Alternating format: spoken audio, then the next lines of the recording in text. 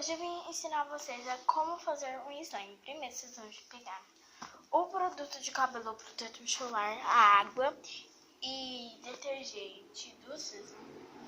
E vai ficar desse jeito aqui, ó.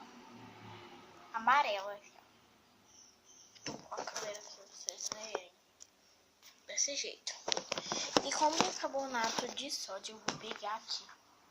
Aí, gente, já que pegou, vai misturar bem misturado. Vai pôr uns pedacinhos de isopor, igual eu já fiz. Pra virar bem.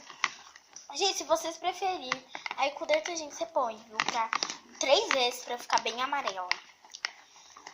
E, gente, se vocês quiserem usar corante ou detergente, eu acho bem legalzinho também. Porque não pode ser aquele detergente branco que não dá nenhuma cor. Porque fica branco, continua branco pelo produto. Se o produto for azul, sei lá. Ou detergente rosa, amarelo, verde. Eu prefiro que vocês usem o amarelo, que dá mais cor ainda.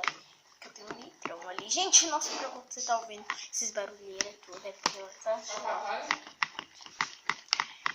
mexendo aqui, ó. E, gente, e hoje vai ter vídeo também, de novo, de noite. Ou daqui a pouquinho, pra ensinar a ter vinheta. Porque muita gente não sabe, então...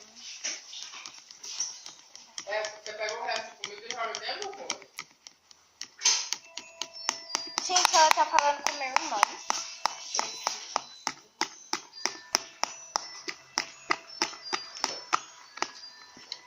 Ficou meio... como dizendo. E vou pegar o bicarbonato.